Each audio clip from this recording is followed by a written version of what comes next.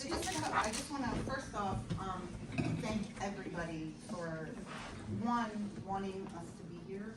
Like, this story didn't intend for it to be where it is, but there's a reason that it is. And so thank you so much for just being interested and willing to listen. I'm Jody, and I have been a nurse. I graduated in 2010.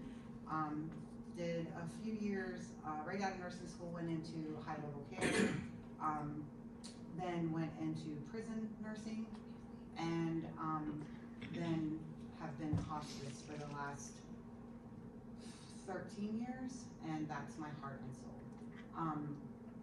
Of those 13 years, I've been traveling for the past 7 as a hospice nurse, all over from up and down the East Coast as far west as Arizona. Wouldn't recommend that in August because you will sweat from places you don't know you have been. And then Scott, you can tell him here. Well, I was in the military police.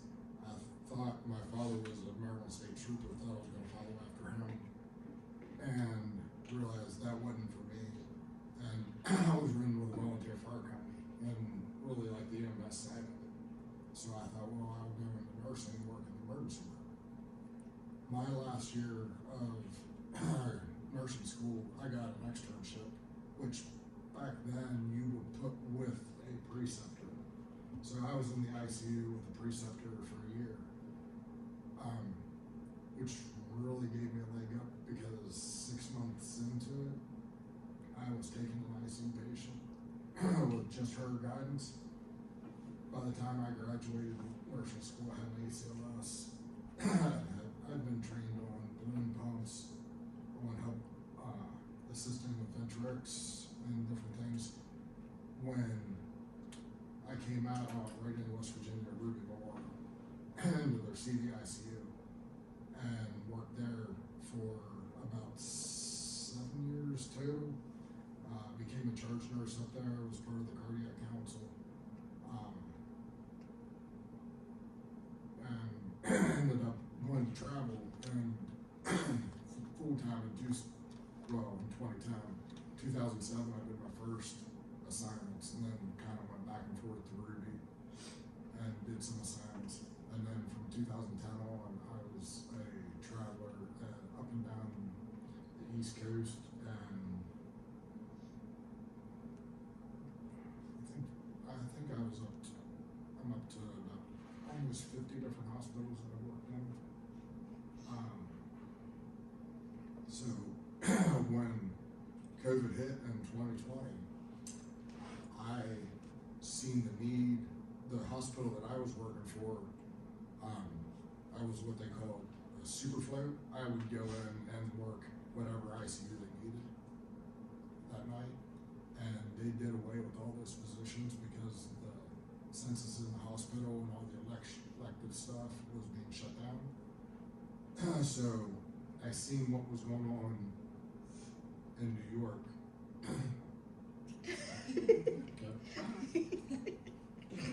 So you can see that when we're not here to teach you about being a nurse, that's the easy part. Because you have this wonderful staff, you have your textbooks, you've already been in the hospital, you're familiar with that setting, or those that you are. You have an amazing sim lab that I didn't have when I was in school. Dates of school, so that's great. That's not what we're here for. We're here to talk about the elephant in the room. And the elephant in the room is your mental health. And I know that we're in a stage in our country now, world, whatever, where mental health is kind of like almost a prideful thing. As a nurse, there is not a CEU, there is not a class, there is nothing that's going to prepare you for what the mental health toll will do for you. And that's the book. That's the basis of the book. That's my mission in life, is to really bring that home. And then to give you guys, so what I'm giving you today is permission to say I'm not good. And not everybody's gonna listen, because they aren't going to be able to, because they're not going to know how. Whether you live with them, whether they are in also the clinical space. Because our eyes and our spirits, mind, body, and soul, right? The soul is the one that is hidden, that we're not acknowledging. And that didn't happen because of COVID. COVID poured gasoline on what was already there. So, I'm going to set the stage, and we're going to go back to March of 2020. And I'm nervous. I'm going to be really upfront and honest with you there. I want you to imagine a time in life that you have the most impeccable skill set, because you've been a nurse in, at this point, 40-ish hospitals, from level 1 traumas, as a traveler, so therefore orientation isn't months or weeks, it could be hours. And now we're watching the TV. I remember where I was the day that America was told that we were a pandemic. I was in North Carolina in the bathtub on assignment. And I, myself at that time, kind of laughed it off, like, well, it's like over there. It's not gonna hit us. Not gonna happen to us. We're the United States. It is 2020, and we are the country that is prepared. So, keep this in mind. As a nurse comes into the hospital, and they hear this, when the entire hospital is an ICU, a COVID ICU.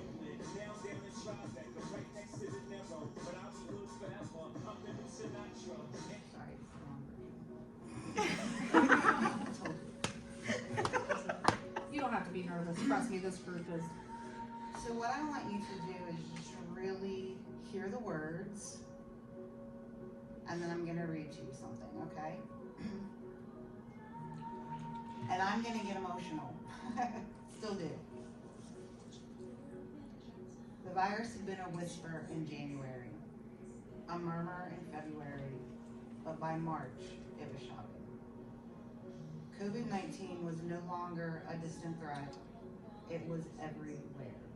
Unseen, unstoppable, reshaping the world with a force that defied borders and logic. By the end of the month, the numbers in the United States told a grim story. 192,301 confirmed cases. 5,334 deaths. All 50 states and the District of Columbia affected. Hospitals were scrambling to prepare and to keep up. ICU beds vanished overnight. Masks became currency. And the United States, a nation built on movement and connection, was told to stay home. By mid-March, the virus was roaring. New York City was the loudest. Elmhurst Hospital had become the face of the outbreak. Patients lined hallways. Nurses wept in supply closets. Refrigerated trucks idled outside, waiting for the dead. Queens accounted for 32% of New York City's cases. March 25, 2020, there were 20,011 cases citywide and 280 deaths on the day before. But it wasn't just New York. Washington State had already buried its first cluster. Nursing homes turned into tombs. California locked down early, trying to outrun the numbers. New Jersey and Louisiana watched their curves spike, too late to flatten. Across the country, counties began to glow red on CDC maps. The virus didn't care about geography. It moved through airports, grocery stores, church pews, and break rooms. It found the cracks in every system. Healthcare, politics, families, and it widened them. The United States was a nation unraveling in real time. The virus didn't arrive with clarity. It arrived with confusion. Public health officials scrambled to respond, but the system fractured under pressure. Their own states took the lead, each with their own rules, their own timelines, their own definitions of essential. Testing was scarce, guidelines shifted. The CDC said one thing, the White House said another, and somewhere in the middle, frontline workers were left to improvise. The economy buckled, stock markets plunged in dizzy freefall, businesses shattered overnight, unemployment lines stretched for blocks, crashing resource websites under the weight of desperation. Families who had never asked for help found themselves navigating food banks and stimulus forms. The word essential became both a lifeline and a sentence. Social behavior turned primal. Toilet paper vanished. Hand sanitizer became gold. Masks sparked debates, first discouraged, then mandated, then politicized. Healthcare workers rationed them, stretching them for well over recommended time frames. People crossed the streets to avoid each other. Elbow bumps replaced hugs, and 6 feet became the new measure of love. Politically, the country split along fault lines that had long been cracking. Federal and state leaders clashed, governors issued lockdowns, while others resisted. Mask mandates were met with protests, science became a battleground, and truth felt slippery. This is the world we were facing in March of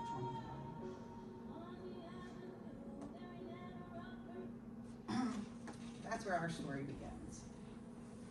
But again, another number that I want to throw out to you is 729.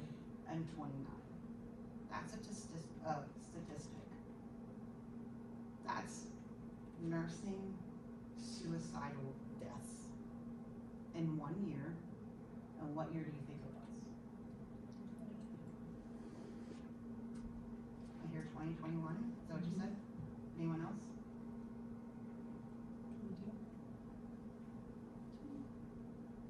2017 to 2018, before COVID. That should speak volumes to you. That's when I say that COVID didn't bring it about. It is what we deal with every single day. Our brains, our spirits, our eyes aren't human supposed to see the things that we're going to see, that you'll all see. And it's not in the moment that you break. It's at 2 a.m. when you hear somebody beg you, don't let me die. Or the ICU nurse that worked alongside of you during COVID, and you're about to intubate, and she says, am I going to die to him? And his response is, we are doing everything we can, full well in here, knowing where she's going. Those are the things that we can't teach you, we can't prepare you for. That's why I'm here. So again, thank you for listening to our story.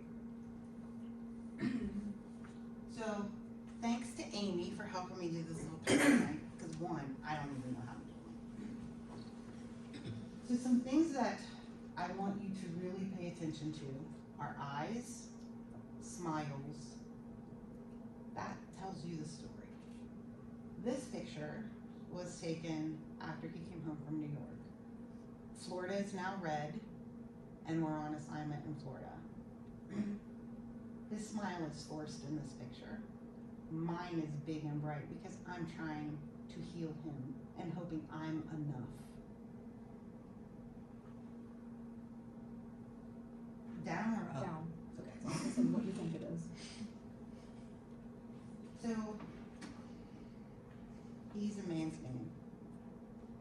he told me that he's going to go to New York, one, I knew it was coming because that's the man he is. Military police, firefighter. Just his personality is run to the fire. I was not worried because his skill set was impeccable. Impeccable. If I had the nursing knowledge this man holds in his pinky, I'm a phenomenal nurse. Wasn't worried about that.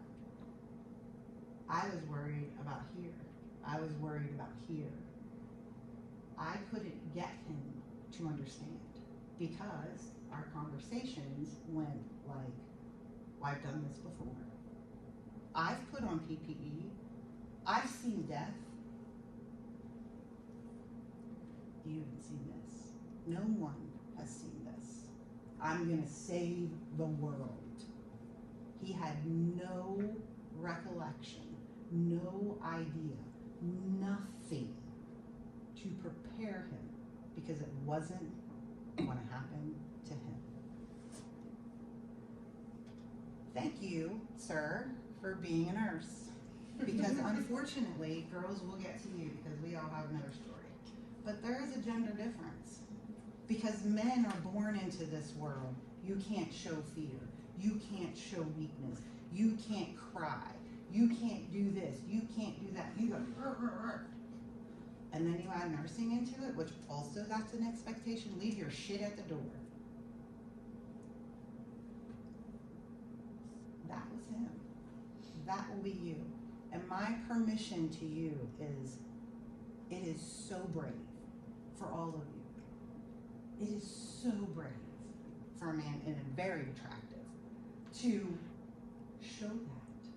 That doesn't give you a crutch, an enabler, and all of that. That means that you are human, and that doesn't go away. That's acknowledged. That was him. Packing like a feverish fiend. Eating like he should be eating. Working out to be in shape, knowing that we're not going to be able to do that. Every T and I is crossed. His recruiter call didn't even shake him. The recruiter calls, we've been through this for years. The recruiter calls are, how's your family? How's the kids? You got to put them through this computer module, and you're going to be great because here you get to do this. This one was, you understand where you're going. You understand, and it was like a deposition. You understand that you're going to be subjected to a disease that has no cure. Yes, I do. You understand that if you get sick, you are on your own. Yes, I do. Scott, you need to get your affairs in order. What? Get your affairs in order? We're in the United States in 2020. We have all the stuff. Why are we getting affairs in order? Didn't shake him. Fine. I'll do it. Conversations on the porch. What if you do get sick? Are you afraid? Nope. It's what I'm made to do. It's what I'm trained to do. What I signed up for. What I signed up for. That's what nursing out there, that's what they think. We signed up for this. Why? Because we had spyglasses, which was a nurse that had a secret agenda for whatever reason, to make a buck, literally wore spyglasses, worked in this hospital to support a narrative that was going to make her money because drama wins about how these nurses were killing the patients.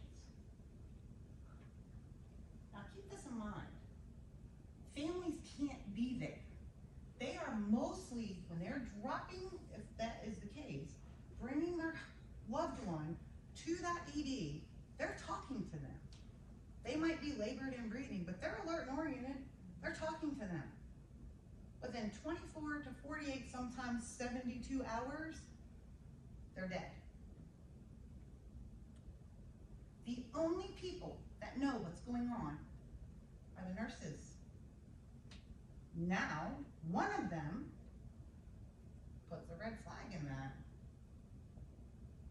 So now, the nurses are getting death threats.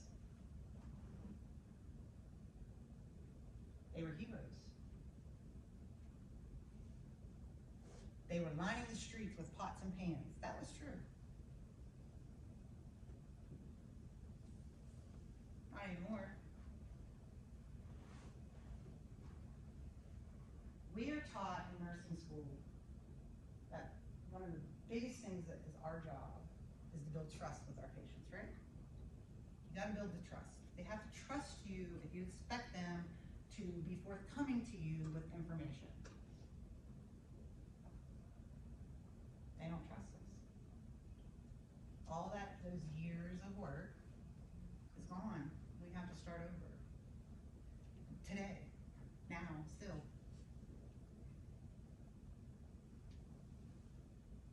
That's another piece of it. I thought in that moment I was like making a public service announcement to like the world of please just put your mask on. Thinking that I'm doing it for like the betterment of community. Like that was what I was projecting. When inside, I was screaming, put the mask on. Because if you don't, and this continues, my husband isn't coming home. That's what families, your mom, your dad, your wife, your children, that's what they're feeling. So it's far beyond just you. You are important. Yes, and your mental health is important. But these are the pieces. It will ruin relationships. It can ruin marriages. It affects father-son, father-daughter, father-mother relationships. Because when he came home, he was angry. 0 to 100, no one, over nothing. The only control he had was his workouts and the way he ate. He didn't know that. He thought he was doing like, I just came out of COVID. Like, this is why I didn't get it. Thankfully, he never did. And because he's a researcher and because he is like very much into his own health and felt that he took care of himself. He did physically, 100%. He did what he put in his body, 100%. So when he gets home, it is heightened to the point. I'm a closet eater because I don't want to trigger him. Literally, my daughter and I hid bagels under her bathroom cabinet to eat when he wasn't around because we didn't want to trigger him. That's what this causes when we don't acknowledge it. Prior, when this was all going on, we all have our vices, right? He rubbed snuff. So we were getting in the car one day and 0 to 100 angry because I didn't have a bottle in my car. Family gathering after he comes home, and we're a loud family. We're just like that. We talk over each other. Nobody knows who's, you just have to, you know that family. That's us. And I have to literally walk him out and make him go take a walk before he physically assaults somebody in his family. That is not my husband. This is not who he is. So, COVID was just New York was just the first one. There were 4 more after that. Because when it settled there, Florida was getting hot. So he no more pulled into that driveway, he's got the news on and he sees the ticker. And he sees red. Florida, I'm going to Florida. Like I thought you were taking a week off. I thought you were at least taking, nope, I'm going to Florida, they need me there. All right, well, I'm going with you then. Or we get to Florida. 2 contracts there. Anger. Can't sleep. Maybe 2 hours. Pacing. Agitated. In the gym for literally 2 hours or more every single day that he's not working. And I'm not talking the gym people that you all know. They'll sit on the equipment, they'll do 4 and then they talk to the phone, or they look at their phone for the other 50 minutes. Constant. To the point that his kids are calling me and saying, Mom, like, you gotta intervene. Like, we're talking intervention here. Because this isn't normal. I knew that. I, again, didn't want to worry them. And I'm like, it's his therapy. That's the only place where he feels like himself. He would try to talk, and he did. He would try to tell us some of the stories that he could get through. We didn't know what to say. Do we acknowledge that? Do we, like, hug him? Do we, like, what do you say? Then it's, am I going to be enough to heal him? So we left Florida. Texas is hot. Going to Texas. Gotta go to Texas. Gotta go to Texas. Texas is over, and we're coming back, and now he's going to South Carolina. He's gonna work there. He's very clingy, to the point, like, I can't even leave the room unless he's like, where are you going? Do you know how annoying that is? Because I need to have space too. Like, I'm putting all of my stuff because I need to heal him and I need to be there for him, but yet I'm smothered. I can't even go to the market for 5 minutes and make it up. Like, we need milk when there's 4 gallons in there. I can't do that because he wants to come, and I can't tell him no because I don't trigger him. So, our youngest was playing baseball at the time, and because we've been, COVID shut everything down, so he lost the season, and, now we're playing a little bit, and I can go to a game. He couldn't because he had work, and I knew that. So for 3 days, I battled how I'm gonna tell him. And so we're on the beach one day, and I said, took a deep breath, and I said, Zach has a game, and I'm gonna go.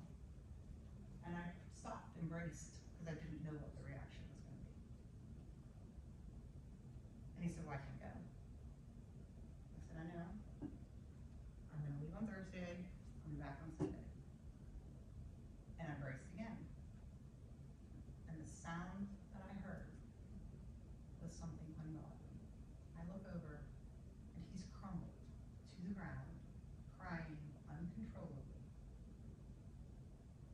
And I couldn't speak.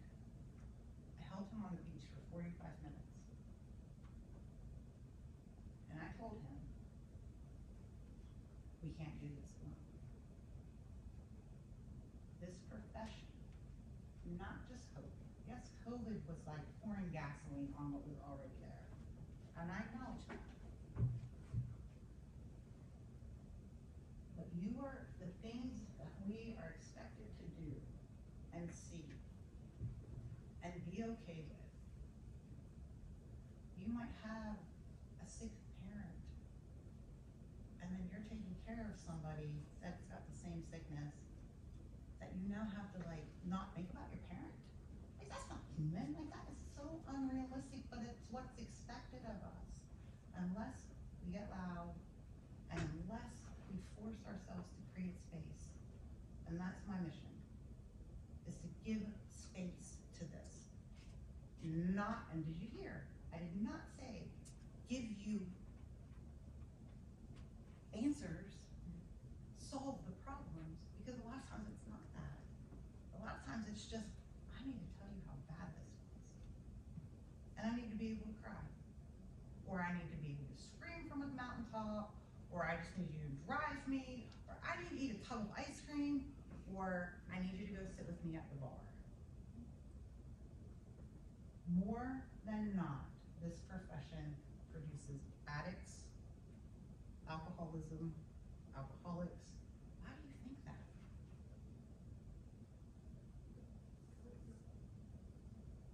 Coping.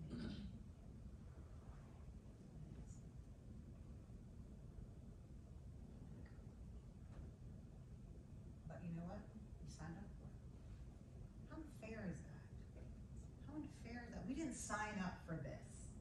And you want to know something really truthful? should have taught us was, we're not immune. The United States is not immune by any way, shape, or form. Nor are we prepared. And we still are not prepared if it would happen again. And it's not to live in fear. It's not to live in fear of this is gonna happen. I don't want this at all, like I said, to be you to feel in any kind of way that I'm trying to talk you out of what you want, what you're doing. That is not this mission. It is to bring voice to, this is our story, but this is also your story. This will be your story. This is many, many nurses' stories. Many nurses of every specialty. It's not just ICU. Let's be clear on that. It's not just ICU. The 24-year-old, that was my patient. Hospice. So it's across specialties. There isn't one that's bigger or better or worse than the other. It's everyone. Different, but same. The big thing is to find what works for you to do your self-care, to open up and talk about what's going on. Because that was I thought I was doing self-care. I went to the gym all the time. That was my stress relief. But I still kept all the emotions and all of the thoughts bottled up in me. And it got to a point when that day on the beach, I had no idea what was going on. Up until that point, like she said, I would get mad, fly off the handle. No reason. Don't know why I did it. I would start crying. No reason for it. Why am I crying? And then he was mad at What is himself wrong with for it. Because he thought something was wrong with him.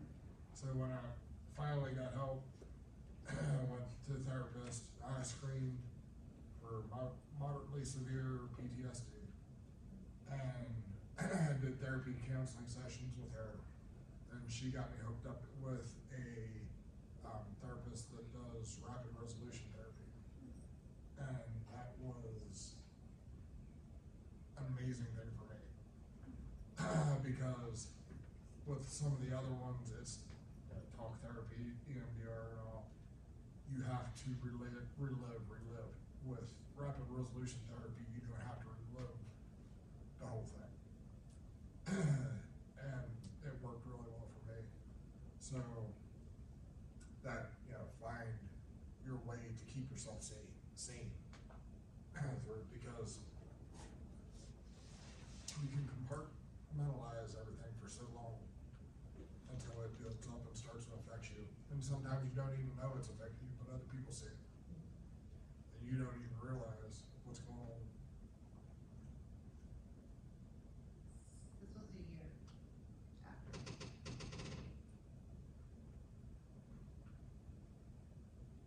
And it was very much bigger than us.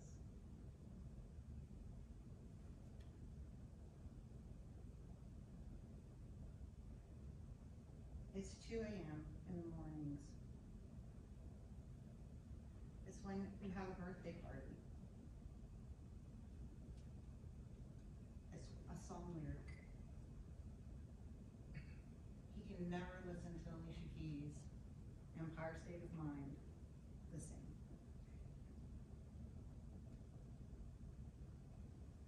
How many of you watch The Pit? Changes you. Right after he got back, we're big Pit, Chicago Med, like all the things. Love it. Like, so TV we watch Wednesday nights, don't call us. Thursday nights, it's off limits for this person. No, Wiley, I'm a fan. And I swear one day you're gonna see a picture of me and Wiley together because we have the same mission. The COVID scene, season 1. That's real life. And it doesn't have to be COVID. It could be a ED experience, car wreck, a young kid, leg half missing. It could be a 24-year-old in the living room.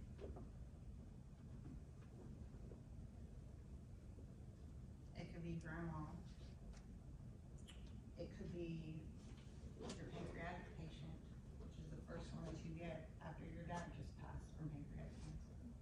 And hospice and home wasn't an option, but you knew that's what you wanted.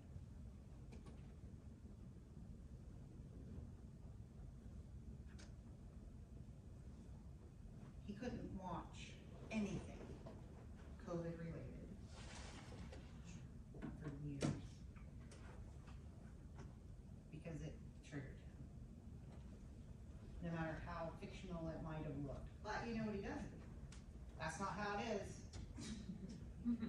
That's the wrong area. I don't even know. Okay, I'm hospice. I walk people home. I'm not doing all the lines and stuff. But he made that was still there. And he critiqued it to no end. Ruined the whole show. But in his mind, it wasn't. So it's things like that. It's things like that that will still grab you, take your breath away sometimes, cause a tear to fall, or you're like, what is this? So this is the final thing I'll leave you with. Well, close, sorry. Told you I'm the talker. Because the truth is, those moments live in us now. They will live in you. They've already started.